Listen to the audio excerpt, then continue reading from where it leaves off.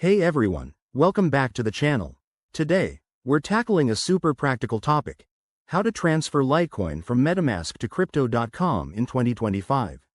If you're into crypto, you know how important it is to move your assets securely and efficiently.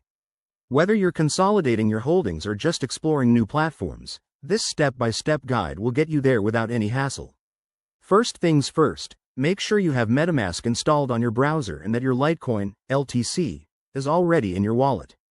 If not, you'll need to add Lieutenant Colonel as a custom token. It's straightforward, but double-check the network details to avoid errors. Alright, let's jump in. Step 1. Open your Metamask extension and log in to your account.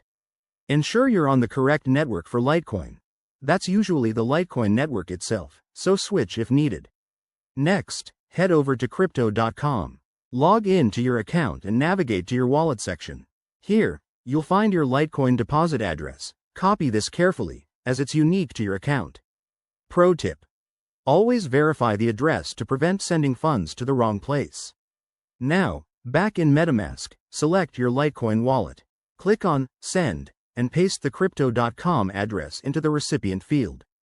Enter the amount of LTC you want to transfer, but remember to leave a little extra for network fees. They're usually low for Litecoin, but it's good to check current rates. Review everything: the address, the amount, and the fees. If it all looks good, hit Confirm and approve the transaction. You'll get a confirmation on your screen. Keep an eye on it. Once the transaction is broadcasted, it might take a few minutes to a couple of hours to appear in your Crypto.com wallet, depending on network congestion. And just like that, you're done. Transferring crypto can feel intimidating at first, but with these steps, you'll be a pro in no time. If you run into any issues, always reach out to the platform's support or double-check your settings. Thanks for watching. Hit that like button if this helped.